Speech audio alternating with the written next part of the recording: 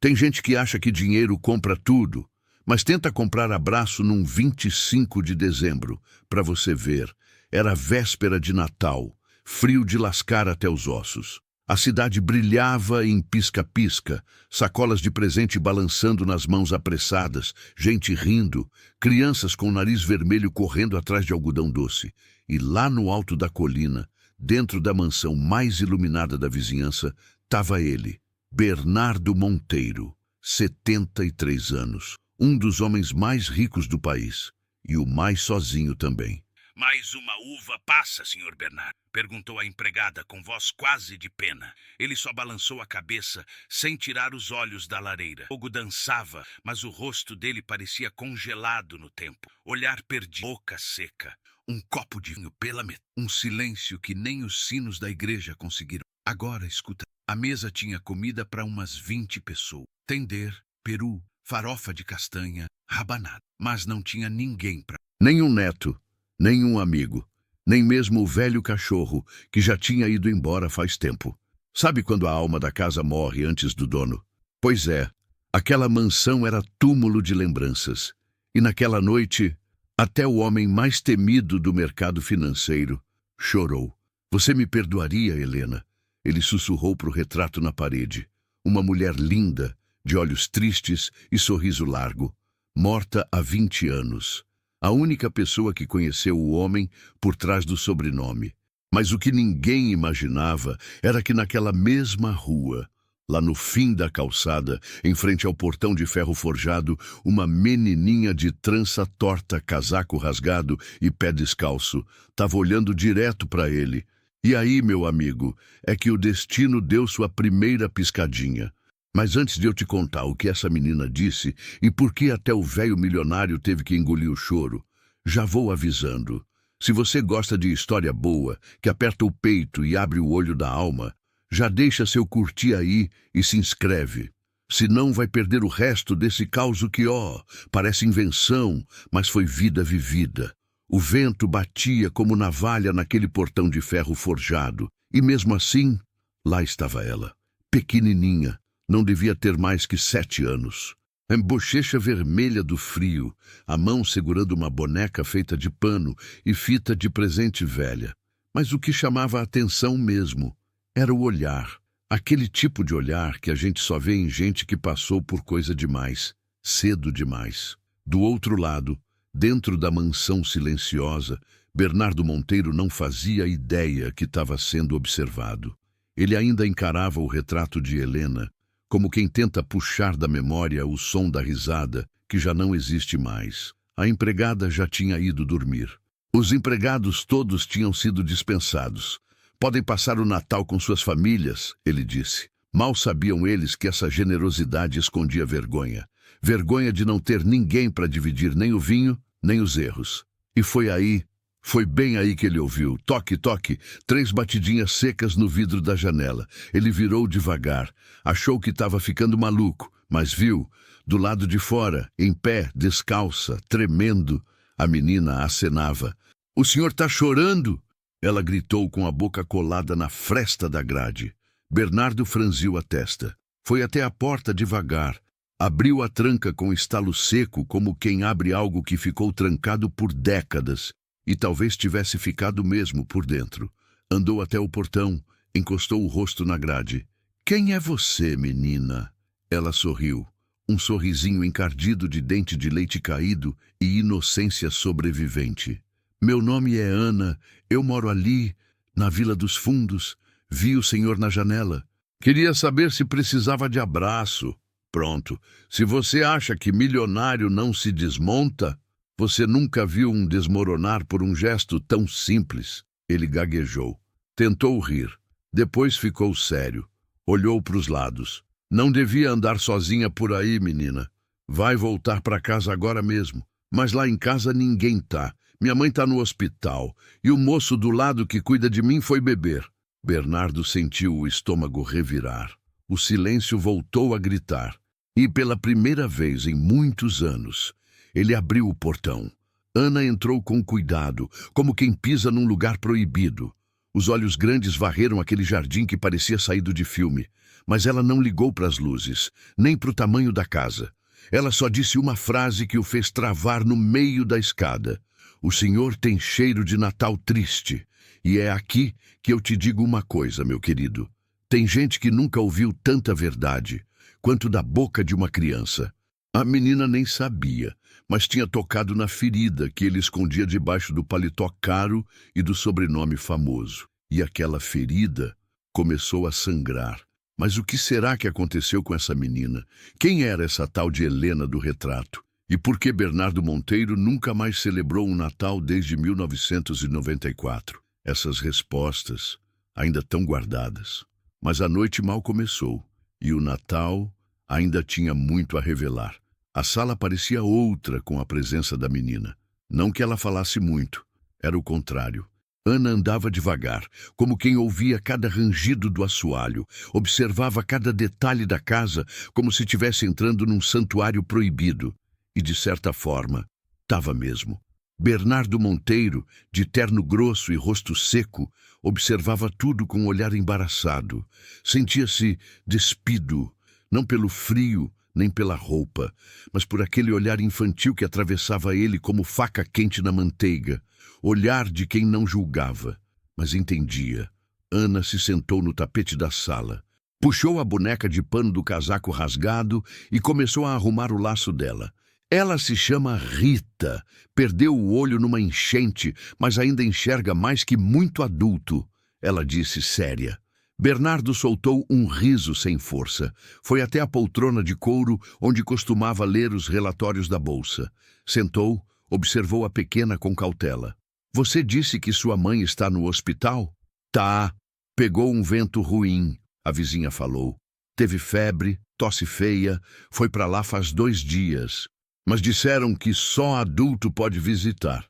Ele coçou o queixo. Por um segundo, pensou em chamar alguém, ligar para a polícia, resolver o problema com dinheiro. Mas algo segurou. O silêncio foi interrompido quando Ana apontou para o retrato na estante. Ela era bonita. É a moça que o senhor falou na janela. Bernardo travou. O retrato era antigo, de moldura dourada e vidro grosso. Mostrava uma mulher de cabelos negros, olhos de um azul estranho, quase violeta. Sorriso que não era bem um sorriso. Helena Monteiro, a mulher que mudou o rumo da vida dele e depois sumiu do mundo como se nunca tivesse existido. Sim, era minha esposa. Ela morreu? Não exatamente, pronto. Aquela resposta nunca tinha saído da boca dele com tanta facilidade. Não exatamente.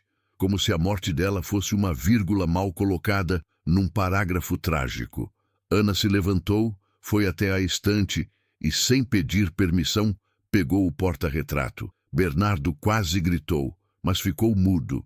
Ela virou o retrato. Na parte de trás, um papel amarelado colado com fita adesiva. Havia algo escrito à mão. A Noite do Piano, 1994. Lembre-se do que você prometeu. Ana leu em voz alta. Depois olhou para ele. O senhor prometeu o quê? Bernardo empalideceu. Levantou devagar, como se o peso da frase tivesse acabado de cair sobre os ombros de novo, 30 anos depois. Foi até o armário. Abriu a gaveta. Lá dentro, um molho de chaves. E uma delas era prateada, pequena, a chave do sótão. Agora escuta.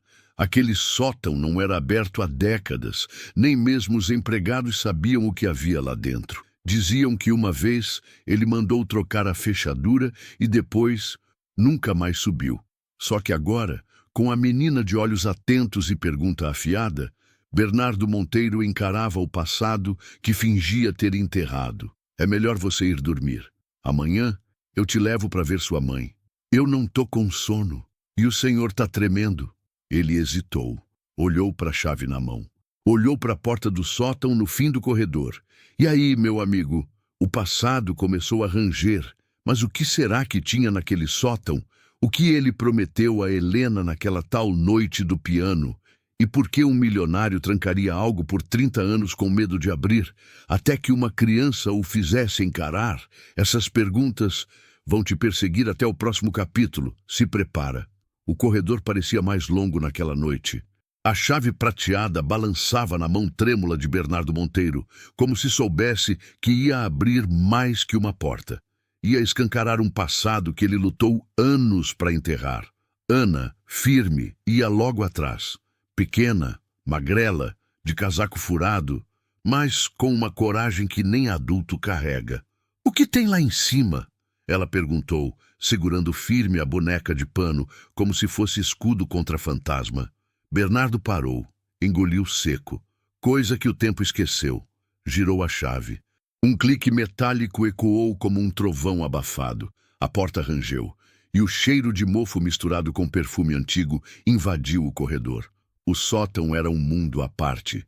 Poeira grossa cobria tudo, caixas empilhadas, um velho cavalete de pintura, um vestido de noiva coberto por plástico amarelado, e no centro, um piano preto de cauda longa, coberto por um lençol branco, como se fosse defunto esperando o velório. Ana se aproximou primeiro. Tocou o pano devagar. "É aqui que ela tocava?" Bernardo assentiu, parado na porta. "Toda noite, depois do jantar. Dizia que enquanto houvesse música, havia esperança." Ana puxou o lençol. O piano reluziu na penumbra. As teclas estavam gastas, algumas rachadas, mas ainda ali, vivas, como feridas que se recusam a fechar. Bernardo caminhou até ele. Sentou no banquinho com um peso nos ombros que não era só físico. "Ela me fez prometer uma coisa aqui." Ana olhou curiosa. "O quê?" Ele respirou fundo. O ar do sótão parecia pesar mais que o do resto da casa. "Ela me fez prometer que se alguma vez eu me perdesse, eu viria aqui, que a música ia me lembrar de quem eu era, do que a gente tinha, do que a gente perdeu." Silêncio. Bernardo encostou os dedos nas teclas. A nota que saiu foi fraca, rouca, como se o próprio piano tivesse envelhecido junto com ele. Mas então, ele tocou, tremendo, desajeitado, errando notas. Mas tocou, e ali a música voltou, uma melodia triste, lenta. A mesma que Helena tocava no dia em que foi embora.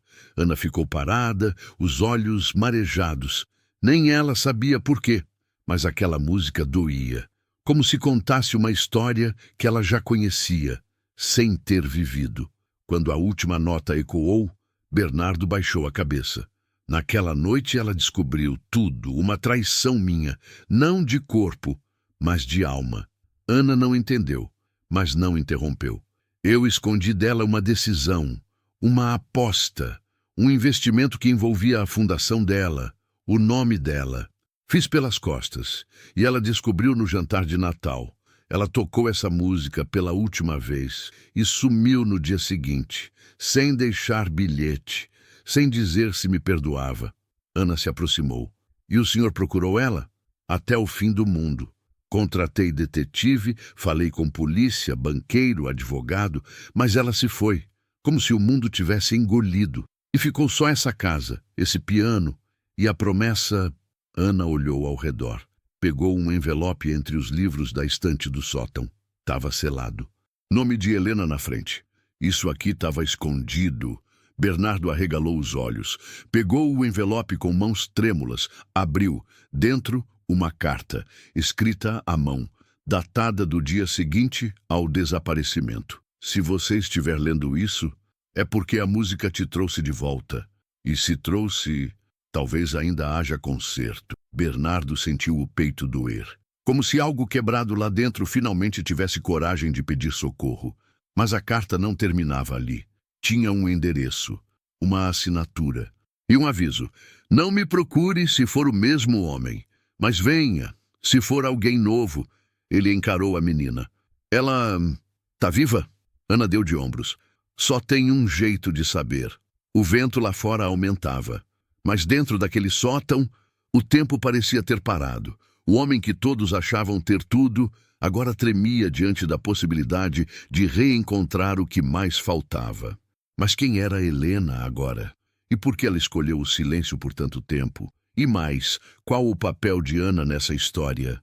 Porque o que Bernardo ainda não sabia é que o destino não junta peças soltas por acaso.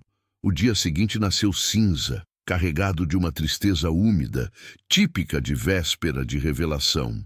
Bernardo Monteiro, depois de décadas acordando com alarme de banco e mensagem de corretora, abriu os olhos com o som de uma panela batendo na cozinha e o cheiro de pão queimado. Desceu as escadas e encontrou Ana em pé num banquinho, tentando fritar ovo num fogão que nunca viu pobreza. "Bom dia, senhor do cheiro triste." Ele soltou um riso cansado.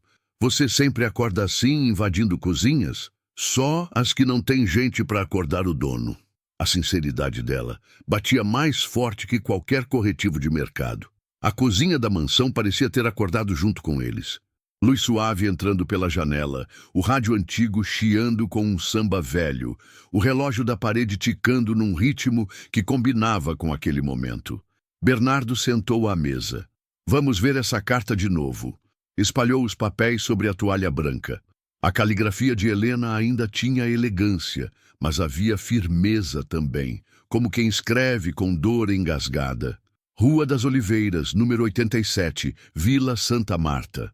Aquele endereço era quase uma provocação. A vila era um conjunto de casas simples, longe das avenidas elegantes que Bernardo frequentava. Era também o mesmo bairro onde a mãe de Ana estava internada. Coincidência? Ana olhou para ele, mastigando devagar. "O senhor vai?" Bernardo respirou fundo. "Vou, mas antes..." Ele fez algo que há tempos não fazia. Abriu o guarda-roupa. Escolheu uma camisa limpa, sem etiqueta. Fez a barba devagar, como quem se reconhece no espelho pela primeira vez em anos. E colocou no bolso interno do casaco a carta. No banco de trás do carro preto, Ana olhava tudo pela janela. "O senhor está nervoso?" Não sei se é nervoso, ou se é medo de ver no rosto dela quem eu fui. Ana ficou em silêncio. Depois disse: "Talvez ela só queira ver quem o senhor é agora." Chegaram ao hospital. Ana correu para o balcão. Pediu informação da mãe. Bernardo ficou parado, observando o lugar com incômodo. Não era um hospital de rico. Não tinha luxo, nem recepcionista com sorriso treinado, mas tinha cheiro de verdade e de luta. Ana entrou no quarto 203. A mulher deitada tinha olheiras fundas, cabelo bagunçado, o rosto marcado pela vida. Ela abriu os olhos devagar. Sorriu fraco. "Filha!" Bernardo ficou na porta, quieto. A mulher olhou para ele. "Quem é esse, Ana?" E antes que a menina respondesse, Bernardo sentiu um arrepio, porque os olhos daquela mulher eram iguais aos de Helena. Só que havia uma diferença.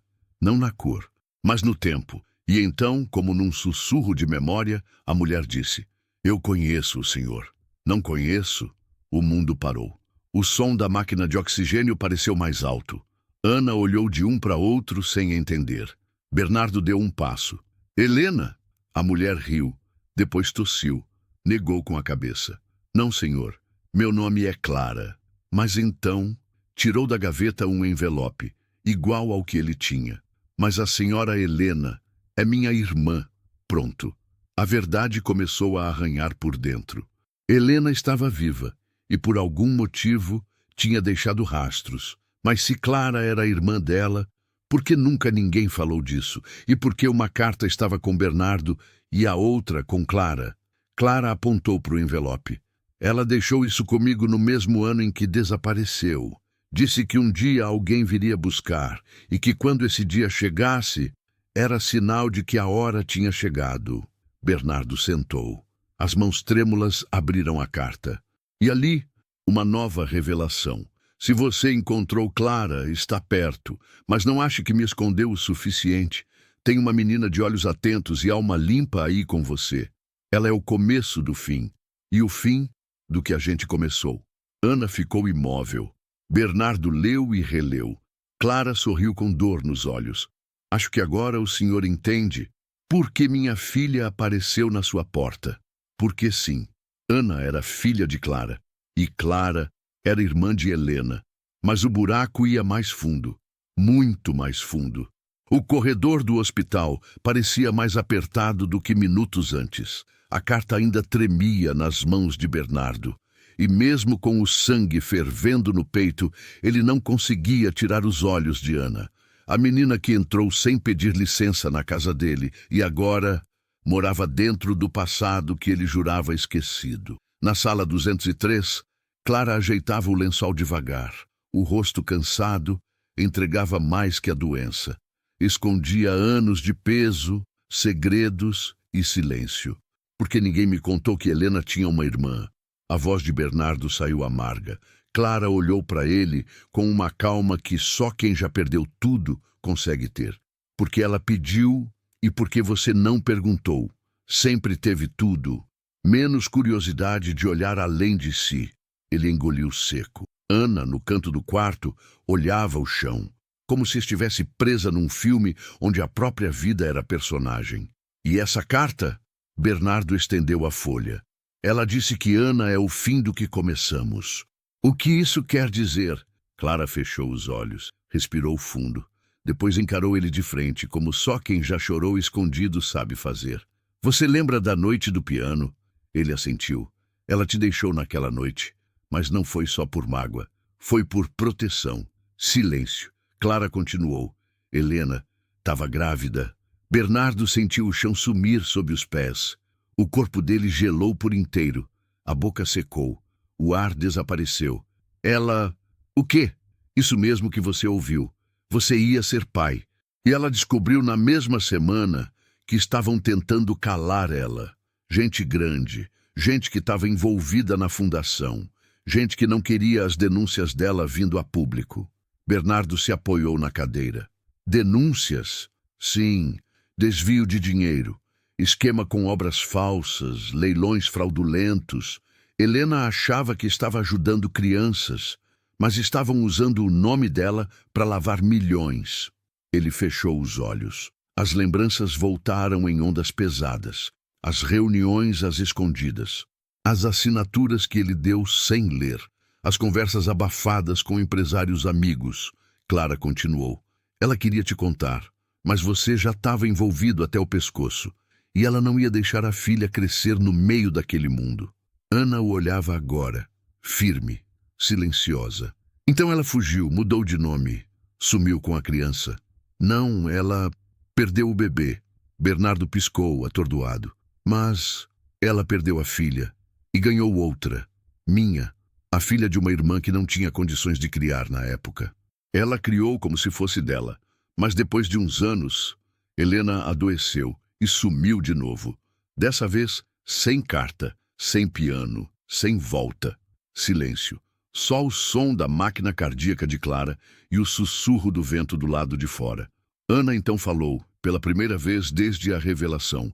Então, ela me escolheu. Clara sorriu com lágrima no olho. Ela salvou a mim e a você. Enquanto o mundo destruía o nome dela, ela só queria garantir que uma criança fosse amada. Bernardo, com os olhos molhados, encarava Ana como se visse pela primeira vez. E por que agora? Por que você apareceu na minha janela? Ana deu de ombros. Não sei. Algo me puxou para lá, um vento, uma vontade. Talvez a música, ou talvez porque o senhor ainda tinha que cumprir a promessa. Ele pegou a carta de novo. Se você estiver lendo isso, é porque a música te trouxe de volta. Era isso. O piano, a promessa, o reencontro, mas ainda faltava uma peça. E Helena? Ele perguntou. Ela está viva? Clara respirou fundo. Talvez sim, talvez não, mas se tiver, ela vai saber que você mudou, porque a música tocou de novo. E ali, naquela sala de hospital, o homem mais temido da bolsa quebrou de vez. Não por falência, mas por redenção. Agora a pergunta era outra. O que ele faria com essa nova chance? Porque alguns segredos destroem, mas outros salvam. Naquela noite, Bernardo Monteiro não voltou para a mansão sozinho. Ana, enrolada num cobertor que ele comprou numa farmácia de bairro, adormeceu no banco de trás do carro. Dormia como quem enfim podia descansar, não por conforto, mas por pertencimento. E ele dirigia devagar, com a cidade passando pela janela como um filme que ele nunca quis assistir. Natal, luzes, músicas alegres, mas dentro dele era como se só agora o feriado fizesse algum sentido. Chegando na mansão, a primeira coisa que fez foi abrir a porta da biblioteca, aquele lugar onde empilhou vitórias, cifras, contratos e solidão. Tirou um porta-retrato da estante, a foto dele e de Helena, rindo num jardim de flores roxas. No verso, outra frase escrita à mão: promete que se um dia esquecer de amar, volta aqui. Ele sorriu, daquele jeito torto, doído, mas verdadeiro. Pegou Ana no colo, subiu as escadas como quem carrega esperança. Deitou ela no quarto de hóspedes. Cobriu com cuidado. Antes de sair, ouviu a voz sonolenta dela. Tio Bernardo, o senhor é meu tio mesmo? Ele parou. Sou o que você quiser que eu seja, Ana, mas se quiser, posso ser só o primeiro adulto que não vai embora. Ela sorriu. Apagou. Na manhã seguinte, Bernardo acordou cedo. Vestiu um casaco velho, pegou a chave do carro e dirigiu até um bairro esquecido da cidade, onde os becos têm mais história que as avenidas. Lá, em uma papelaria quase abandonada, comprou um caderno. Capa dura, linhas suaves. Na capa escreveu com caneta preta: para Ana, o diário do que nunca te contaram. Voltou para casa e começou a escrever. Capítulo por capítulo, ele registrava tudo. A noite do piano, a traição, a fuga de Helena, os anos de culpa, a carta esquecida, a música que trouxe de volta. Ele escreveu como quem sangra, como quem cura. E no último capítulo escreveu: eu não sei se ainda há tempo para recomeçar, mas se houver, quero que esse seja nosso primeiro Natal. De verdade. Quando Ana acordou, encontrou o diário na mesa do café. Junto dele, uma caixa simples. Dentro, uma foto nova. Bernardo e ela na cozinha rindo, tirada pela empregada naquela manhã. E uma cartinha. Para você nunca esquecer que aquele velho da janela virou história sua também. Ana sorriu. Mas antes que pudesse dizer algo, alguém tocou a campainha. Bernardo foi até a porta. E do lado de fora, um envelope. Sem remetente, sem carimbo. Só uma folha lá dentro. Uma frase. Só isso. Ainda há música. E eu ouvi daqui.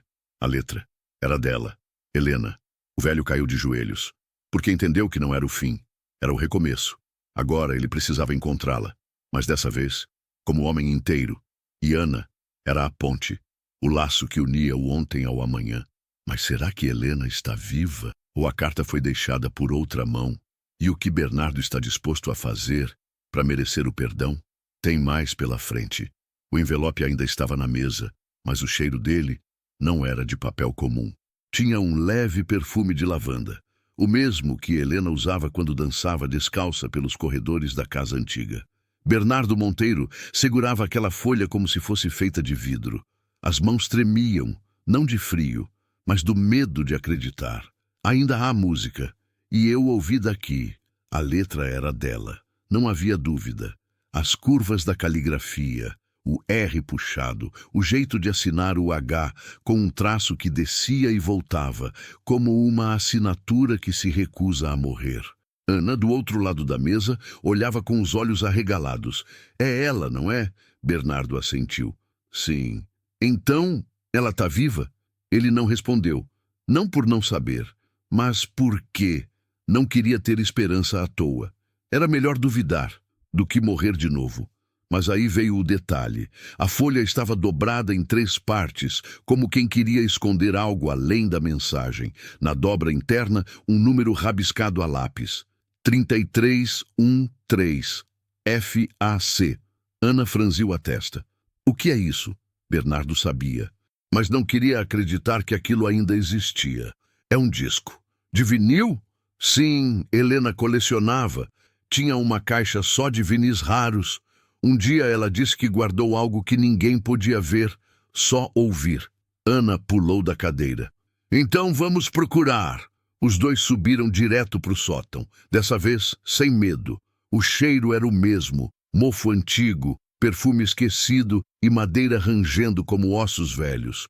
Bernardo procurou entre caixas, rasgou papelões, tirou lençóis e lá estava. Uma caixa de madeira, com a inscrição que ele não via há 30 anos, FAC, fragmentos de amor calado. Dentro, 10 discos, mas só um, com o número rabiscado, 3313. Colocaram o vinil no toca-discos antigo. O som arranhado começou, um chiado. Depois, uma melodia suave de piano. Bernardo fechou os olhos. É ela. A música seguia, tocando lenta, triste, como se carregasse cada lágrima que ele nunca deixou cair. Mas então veio a voz. Se você está ouvindo isso, é porque abriu mão do orgulho. E se chegou até aqui, é porque entendeu que o amor não é contrato, não é lucro, não é poder, é entrega, e é perda, e é perdão. Bernardo caiu de joelhos. A voz de Helena preenchia a casa toda. Eu não fui embora por raiva. Fui embora porque eu precisava salvar o que restava de mim. E talvez salvar você também. Ana chorava em silêncio, a boneca de pano apertada no colo. Se essa música ainda tocar, é porque você ainda me ama. E se ainda me ama, me encontre, onde o silêncio mora, onde tudo começou. Silêncio. Bernardo enxugou o rosto, respirou fundo. Onde tudo começou, ele sabia. A casa da infância, a vila onde ela cresceu, o jardim onde tocava piano pela primeira vez. Ana olhou com curiosidade. Ela falou mais? Bernardo puxou a contracapa do disco. Lá, uma foto antiga. Helena criança, tocando piano no quintal de uma casinha simples. E atrás, escrito à mão, Rua da Figueira, 199, Parada das Rosas. Bernardo olhou para Ana. A gente vai até lá. Se ela estiver viva, é onde ela vai estar. E se não estiver? Ele pegou a mão da menina. A música já tocou. O resto, a gente enfrenta junto. Mas será que Helena o perdoou de verdade? E o que espera por eles na casa onde tudo começou? Porque às vezes o passado não quer ser desenterrado, mas outras ele espera ansiosamente pela chance de ser redimido. A estrada até a Parada das Rosas era longa, estreita e empoeirada. Bernardo dirigia com a janela entreaberta, deixando o vento frio bater no rosto. Era como se quisesse sentir, na pele, tudo que evitou por décadas. Ana sentada ao lado, com a boneca no colo e o olhar perdido nas árvores secas que passavam rápido, como memórias. Tio Bernardo. Oi, você acha que ela vai estar lá mesmo? Ele respirou fundo. Acho que a música trouxe a gente até aqui, e música não mente. Parada das Rosas não era mais o bairro bonito que ele lembrava. As ruas agora tinham asfalto quebrado, muros pichados e uma tristeza que parecia pingar dos postes. Mas havia uma beleza escondida ali, como se a história das pessoas tivesse sido costurada com dor e flor. Chegaram à Rua da Figueira.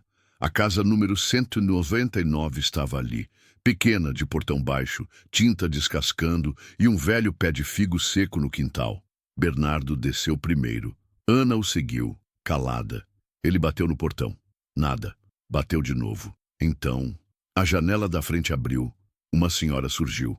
Olhos fundos, cabelo grisalho preso num coque, o rosto enrugado como pergaminho antigo, mas com uma firmeza que doía de encarar. Ela olhou direto para ele. Demorou. Pronto. Bernardo travou. Helena? Ela assentiu, sem emoção, sem lágrima. Só a constatação crua do tempo. Você ainda sabe ouvir? Ele engoliu em seco. Se for você tocando... Sim. Ela abriu o portão. O tempo congelou. Lá dentro, o jardim ainda tinha traços da infância dela. Um banco quebrado. O piano antigo agora coberto com lona preta.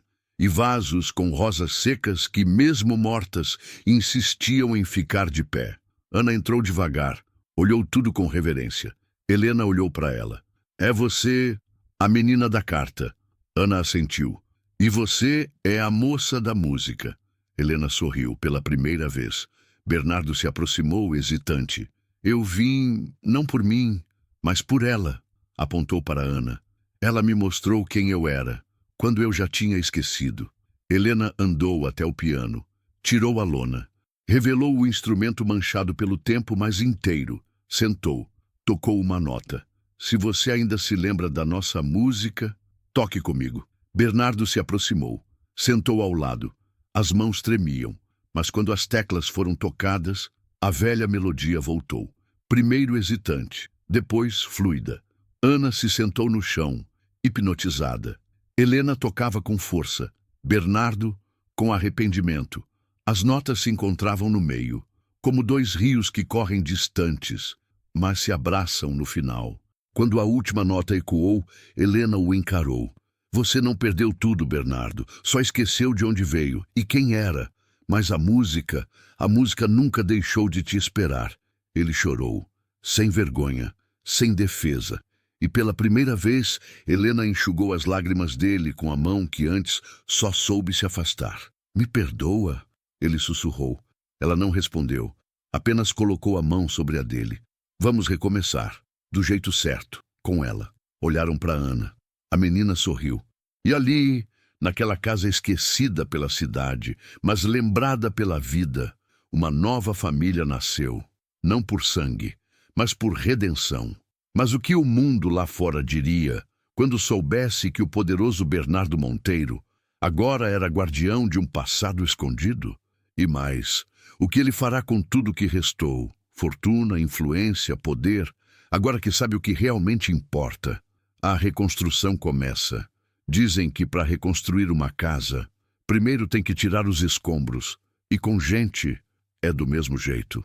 Depois do reencontro, Bernardo não voltou direto para a mansão. Ficou ali, naquela casinha de muros descascados e alma intacta, com Helena, com Ana e com o silêncio, que finalmente podia respirar sem machucar. No segundo dia, ele acordou antes do sol, fez café, esquentou leite e, pela primeira vez em 30 anos, colocou 2 xícaras sobre a mesa antes de pensar em abrir o celular. Helena entrou descalça, cabelo bagunçado, mas olhar leve. Sentou. Você ainda gosta de silêncio? Bernardo riu. Agora eu entendo que o silêncio só dói quando a gente tem medo de ouvir. Ela assentiu. Na sala, Ana desenhava. Na folha, 3 figuras. Um homem alto de terno, uma mulher de vestido roxo e uma menina de trança. Abaixo, escrito com lápis vermelho, Minha Nova Família. Bernardo ficou olhando aquele desenho como quem lê testamento. Você ainda toca no hospital? Ele perguntou para Helena. Ela assentiu. 2 vezes por semana. Ala de cuidados paliativos.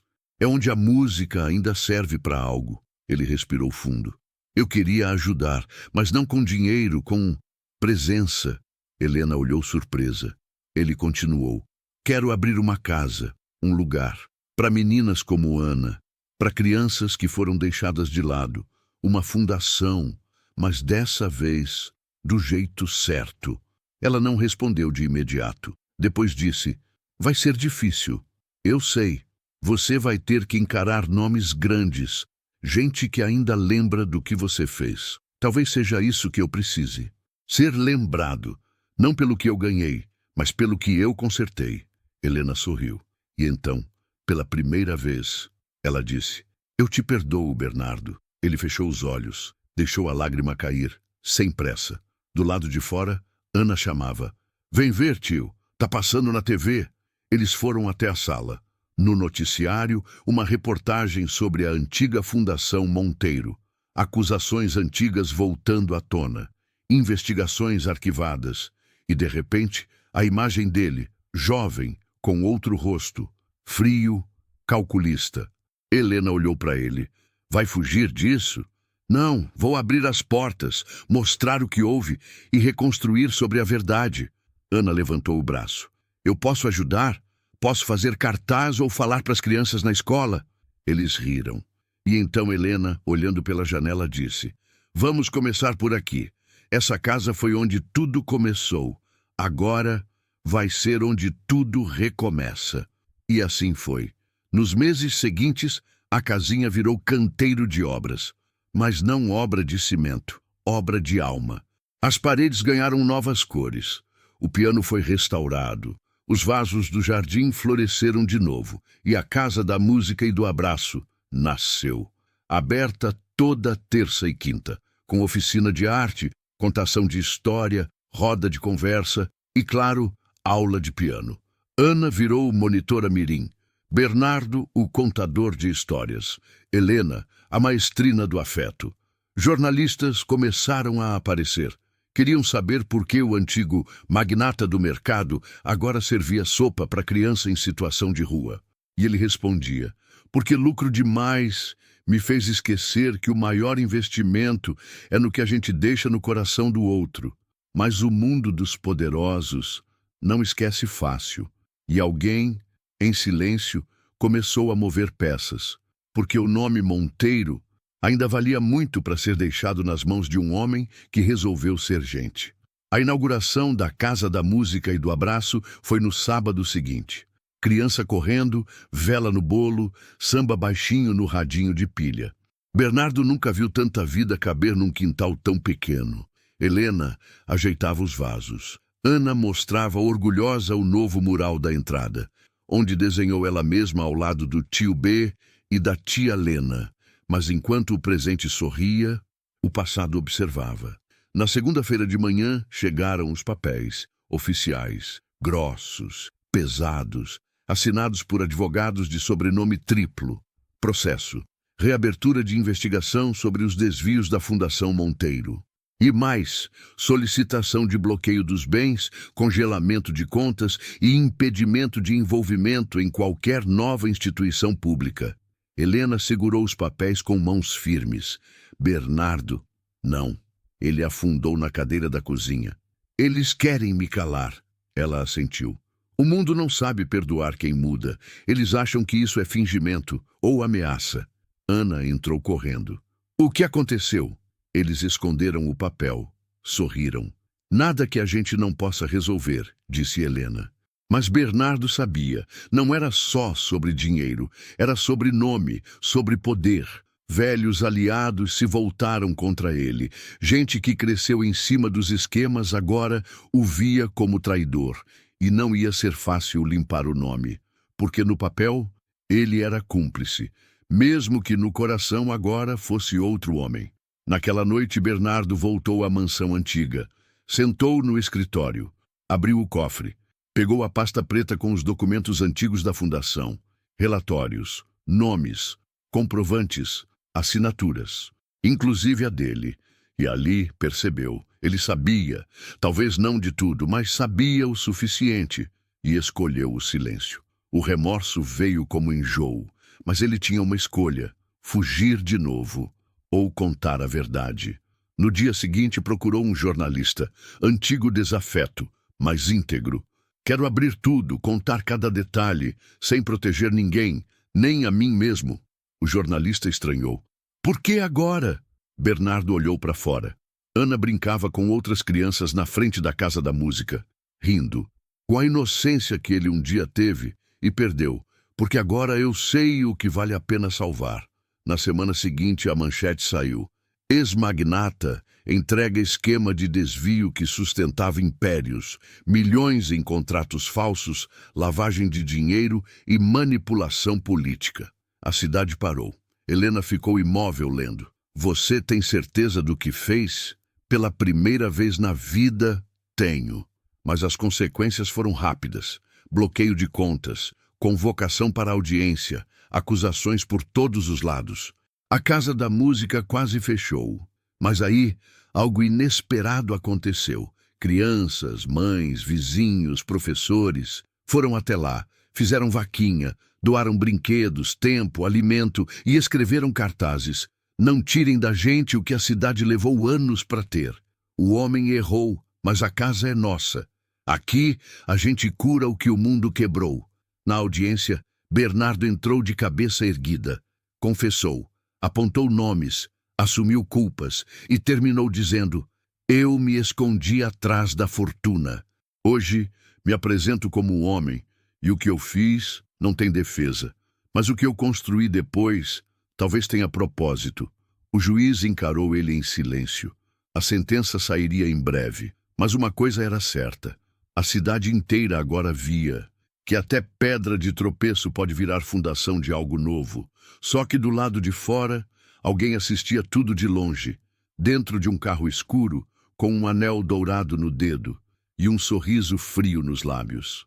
Porque para cada homem que se arrepende, existe um que prefere manter o mundo como está. E esse alguém estava pronto para derrubar tudo. A sentença sairia em 15 dias. 15 dias de espera, tensão e dúvida. 15 dias em que cada amanhecer parecia mais incerto que o anterior. Mas o mundo não para esperar justiça. E a Casa da Música também não. Ana organizava os brinquedos como se fosse diretora da ONU. Helena dava aulas de piano com o mesmo brilho nos olhos de quando tocava sozinha. Para ninguém, décadas antes.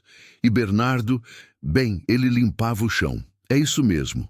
O homem que assinava contratos de milhões agora varria a folha, limpava banheiro e servia sopa. E não por castigo, mas por merecimento. Senhor Bernardo, a senhora da banca mandou mais livros, gritou Ana, animada. Avisa que amanhã eu passo lá para agradecer. Ela assentiu com sorriso. Mas o clima mudou naquela manhã.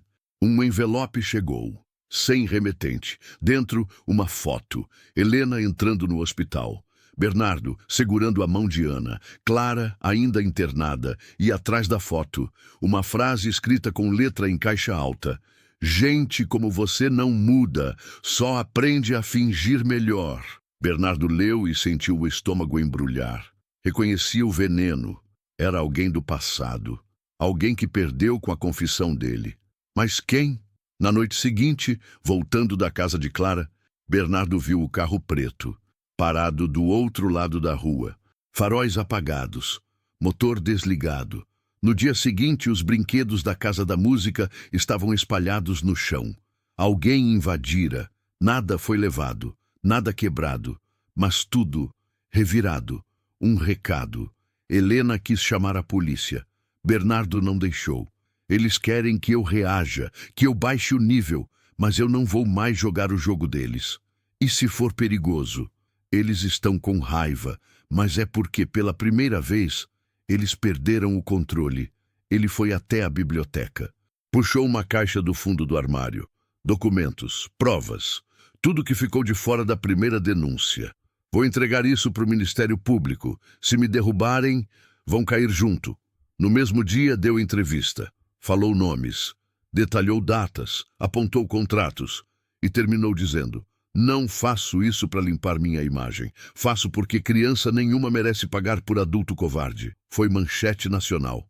Apoio de uns, ódio de muitos e, claro, retaliação.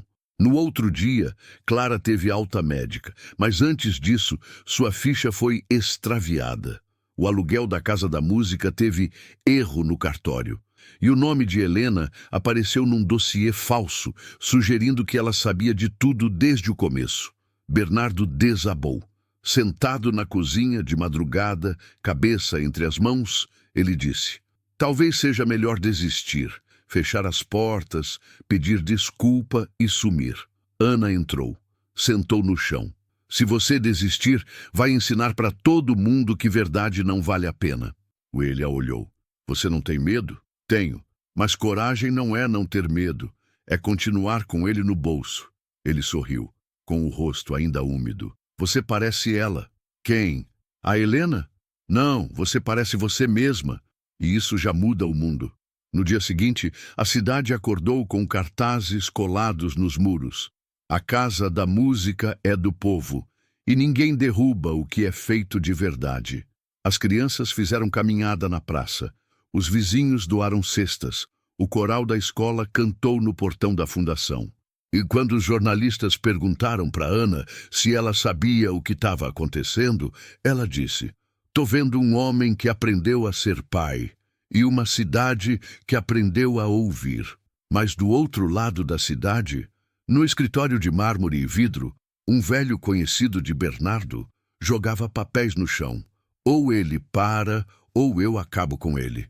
E quando o assessor perguntou o nome dele, o homem respondeu: Monteiro, Rafael Monteiro, irmão caçula. Mas ele expôs todo mundo. Exatamente.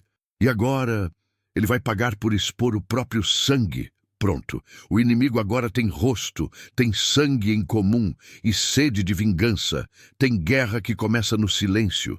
no olhar atravessado no almoço de domingo, no cheque assinado por obrigação, na herança disputada antes do caixão fechar. A guerra entre Bernardo e Rafael Monteiro começou assim. Só que agora era oficial. Rafael não era só irmão mais novo. Era o estrategista por trás de metade dos esquemas que o velho Bernardo expôs. Enquanto o mais velho se perdia na culpa e tentava se redimir, o mais novo se enterrava no poder e no rancor. Eles não se falavam desde o enterro do pai. E mesmo naquele dia, a única coisa que trocaram foram acusações mudas. Agora, Rafael tinha um motivo para agir. Ele quer manchar nosso nome, porque perdeu o império que eu construí, dizia ele, cuspindo as palavras no telefone. Do outro lado, o advogado apenas ouvia. Vamos desqualificar ele, dizer que está com desequilíbrio mental, que foi manipulado, que a tal Casa da Música é lavagem disfarçada. Enquanto isso, do lado de cá, Bernardo começava a sentir o cerco apertar. Um fiscal bateu na porta da fundação. Denúncia anônima. Dizem que há menores sendo explorados. Helena reagiu. Isso é absurdo. Essas crianças são acolhidas aqui. A maioria não tem para onde ir. Mas o fiscal não tinha coração. Só prancheta. Anotou tudo. Ameaçou fechar. Deu um prazo de 5 dias. Na mesma semana, um jornalista curioso publicou uma matéria. O velho Monteiro quer pagar o passado com teatrinho beneficente. Justiça não é caridade. Bernardo sentou-se diante da tela do computador, lendo tudo em silêncio. Helena entrou. Foi o Rafael. Ele assentiu. É ele. Só ele saberia mexer onde dói. E o que vai fazer? Ele ficou em silêncio por um tempo. Depois respondeu. Responder como homem, sem fugir, mas também sem baixar a cabeça. Ligou para o advogado. Mandou preparar uma coletiva de imprensa. Do lado de fora, Ana ouviu tudo. Tio, se quiser eu falo também. Você já falou mais do que muito adulto, pequena. Mas hoje, essa briga é minha. No dia da coletiva, a praça em frente à Casa da Música estava lotada. Crianças com cartazes, famílias, voluntários, gente que nunca viu Bernardo Monteiro de perto, mas que agora confiava nele. Ele subiu no palco improvisado, olhou a multidão, respirou fundo. Há 30 anos o nome Monteiro estava na capa dos jornais por motivos errados. Hoje ainda está, mas por outros motivos. Pausa. Silêncio. Meu irmão Rafael quer me calar, porque ele representa o homem que eu fui, mas não representa o homem que eu escolhi ser agora. O burburinho cresceu. Eu traí minha esposa, abandonei a verdade, vendi minha alma em troca de poder. Mais silêncio. Mas alguém me puxou de volta. Uma criança e uma música. Olhou para Ana no meio da multidão. E se tiver que perder tudo de novo, que seja. Mas dessa vez, perco com dignidade. Aplausos, gritos, gente chorando. Mas do outro lado da praça, Rafael assistia, de terno, sem expressão. Vamos ver quanto tempo ele aguenta. Na madrugada seguinte, a Casa da Música foi pichada. Hipócrita, mentiroso, lobo em pele de cordeiro. Mas antes que amanhecesse, a vizinhança inteira apareceu, com baldes, rolos de tinta e esperança. E em poucas horas as paredes estavam limpas. Mas agora, Rafael não queria só atacar. Ele queria tomar o que restava. E para isso, mexeu na última ferida aberta, a adoção de Ana. Um novo processo chegou à porta, contestando a guarda, alegando que Bernardo não era parente direto, que Clara, ainda viva, era a única responsável, e que Ana precisava de proteção contra a instabilidade emocional de um homem em colapso público. Bernardo caiu sentado no degrau da fundação. Ana se aproximou. Eles querem me tirar de você? Vão tentar. E você vai deixar? Ele segurou a mão dela. Não se tira uma flor do jardim que ela mesma escolheu. Mas Rafael era mais que ameaça, era máquina. E ele não ia parar até arrancar as raízes. A justiça agora decidiria o futuro de Ana, e Bernardo teria que provar que não era só um velho tentando se redimir, mas um homem que, enfim, aprendeu a amar. A sala do tribunal cheirava a madeira antiga e passado mal resolvido. Bernardo Monteiro sentou-se no banco dos réus com as mãos entrelaçadas, terno surrado e o coração mais apertado que a gravata no pescoço. Do lado de fora, manifestantes se dividiam. Uns aplaudiam, outros gritavam por justiça. Mas ali, entre aquelas quatro paredes, a única coisa que importava era a guarda de Ana. Helena estava presente. Clara também, amparada por uma enfermeira e coberta por um lenço florido. E Ana, bem, Ana estava sentada numa cadeira grande demais para ela, com a boneca no colo, e o olhar de quem já viu mais do que devia para a idade que tem. O juiz folheava os papéis. Temos aqui uma solicitação formal de reavaliação de guarda. A parte requerente alega que o Sr. Bernardo Monteiro, embora bem intencionado, não possui estabilidade emocional, nem laços legais com a menor Ana Souza. Do outro lado, o advogado de Rafael Monteiro se levantou. Excelência, o Sr. Bernardo admitiu publicamente crimes financeiros. Está com parte dos bens bloqueados e responde a processos cíveis. Acreditamos que esse ambiente não é o ideal para o desenvolvimento de uma criança. Bernardo apenas encarou o chão. Mas então, a juíza olhou para Ana. Querida, você entende o que está acontecendo? Ana assentiu. Estão querendo me tirar do meu lugar. A juíza sorriu de leve. E você sabe por quê? Porque eles acham que o tio B é um problema. Mas problema é ficar sem ele. A sala prendeu o ar. Você se sente bem morando com ele? Não, me sinto viva. A juíza franziu o senho. Como assim? Ana ajeitou a boneca.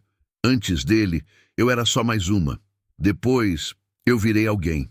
Ele não me comprou presente. Ele me ensinou o que é abraço de verdade. Ele me deixa errar e me espera melhorar. E mesmo quando eu faço bagunça, ele arruma sem gritar. Os olhos da juíza marejaram. O advogado de Rafael rebateu. Mas a criança não é parente dele. Não tem vínculo legal. Clara então se levantou com dificuldade. Excelência, com todo o respeito, sangue não faz família. Se fizesse, eu nunca teria deixado minha filha. E se o Sr. Bernardo não tivesse aberto a porta naquele Natal, minha neta estaria na rua. Ou pior, a juíza pediu silêncio. A decisão será dada após breve análise. Todos se levantaram. Helena segurou a mão de Bernardo no corredor. Você fez o que podia. Agora, deixe o resto para quem sabe. Ele assentiu. Horas depois, o telefone tocou. Era a decisão. Bernardo atendeu. A voz da juíza firme e serena. Senhor Bernardo Monteiro, a guarda provisória da menor Ana Souza foi mantida sob sua responsabilidade e será transformada em definitiva, com o consentimento da genitora, após os trâmites legais. Silêncio. Bernardo não soube o que dizer. Apenas deixou o telefone escorregar da mão. Ana correu até ele. A gente ganhou? Ele a abraçou. Não, pequena. A gente foi escolhido. Do outro lado da cidade, Rafael atirava copos contra a parede do escritório. Ela não é ninguém. Como ela teve mais força que eu? O assessor engoliu seco. Porque às vezes a verdade vem do lugar que ninguém respeita. Rafael jurou vingança. Mas Bernardo já não andava mais com medo. Ele agora tinha propósito, tinha um motivo e tinha Ana. Mas a última carta de Rafael ainda não tinha sido jogada, porque ele sabia de algo que ninguém sabia, algo que Helena escondeu, algo que Bernardo nunca imaginou e algo que poderia virar toda a história de cabeça para baixo. Era para ser o fim, mas fim, meu amigo, é só o começo que ficou com medo. Dias depois do julgamento, a vida parecia respirar mais leve na Casa da Música. Ana, oficialmente adotada, corria pelos corredores com um crachá no pescoço. Ana Monteiro, guardiã de sorrisos. Bernardo ria de bobo, coisa que ele nunca se permitira antes. Na varanda da casa, Helena regava flores. Clara, agora em recuperação, lia cartas das crianças num canto, como quem lê evangelho. Paz. Mas foi ali, quando tudo parecia enfim encontrar lugar, que Rafael Monteiro bateu a porta. Sem avisar, sem capanga, sem terno, de camiseta preta, rosto fechado e uma pasta na mão. Bernardo abriu a porta. Ana observava de longe por trás da cortina. "Veio terminar o serviço?" perguntou Bernardo. Rafael não respondeu. Apenas entrou e sentou na cadeira da sala, sem convite. "Tenho uma última coisa para te mostrar, algo que Helena escondeu de você e de mim." Bernardo ficou em pé, firme. Rafael abriu a pasta. Dentro, documentos antigos, cartas e uma certidão de nascimento, com data alterada. Essa é a certidão original da filha que Helena perdeu. Bernardo sentiu o estômago revirar. Isso já foi enterrado. Será? Rafael puxou outra folha. Resultados de DNA, exames médicos, um dossiê completo. Ela não perdeu a filha. Ela escondeu. Bernardo ficou imóvel. "E onde ela está?" Rafael levantou os olhos. "Aqui!" Bernardo arregalou os olhos. Virou para o corredor. "Ana?" Rafael assentiu. "Ela é sua filha, Bernardo. E Helena mentiu. Para te proteger? Talvez. Para te punir? Pode ser. Mas o fato é... ela é sangue teu." Silêncio. O mundo pareceu parar. Helena apareceu na sala, rosto pálido. "Ele está dizendo a verdade." Bernardo se virou em choque. "Por quê?" Ela se aproximou. "Porque naquele tempo você não era homem para ser pai, e eu precisei ser mãe 2 vezes." Bernardo chorava, não de raiva, nem de dor, mas de um amor esmagador que não cabia mais no peito. Ele olhou para Helena. "Você me deixou, mas nunca deixou ela. Ela sempre foi tua. Só que você precisava encontrar isso sozinho." Bernardo saiu correndo até o quarto de Ana. Ela estava lá, desenhando. "Tio," ele se ajoelhou. Eu sou teu pai." Ana parou, olhou nos olhos dele, ficou em silêncio. "E o senhor só descobriu agora?" "Sim." Ela pensou por uns segundos. "Então não muda nada, porque eu já te escolhi faz tempo." Ele a abraçou com uma força que só quem renasce entende. Na varanda, Rafael observava tudo. "Vocês venceram." Helena olhou para ele. "Você ainda pode vencer também, mas não nos tribunais, na vida." Rafael saiu sem dizer nada. Talvez fosse tarde, talvez não. O tempo diria. Meses depois, a Casa da Música virou uma fundação nacional. Cursos, abrigo, oficinas. Crianças com nome, afeto e futuro. Na cerimônia de abertura, Ana subiu no palco. Com o microfone na mão e voz firme disse: "Tem gente que nasce invisível, mas não nasceu para viver apagada. A minha família me ensinou que verdade dói, mas também cura, e que perdoar não é esquecer, é libertar." Aplausos. Bernardo, de terno simples e coração gigante, chorava. Helena apertava sua mão, e naquele instante, o passado, enfim, fez as pazes com o presente. Porque no final, meu querido, não é sobre sangue, é sobre escolha. E Ana foi escolhida por Helena, por Clara, pelo mundo, e agora, por ela mesma. Ela era Monteiro, mas não pelo nome, pelo legado. E aí, o que você achou desse caos, hein? Comenta aqui embaixo, deixa seu curtir para fortalecer o canal e se inscreve para não perder mais história boa como essa. Até a próxima, do seu Vovô Rico.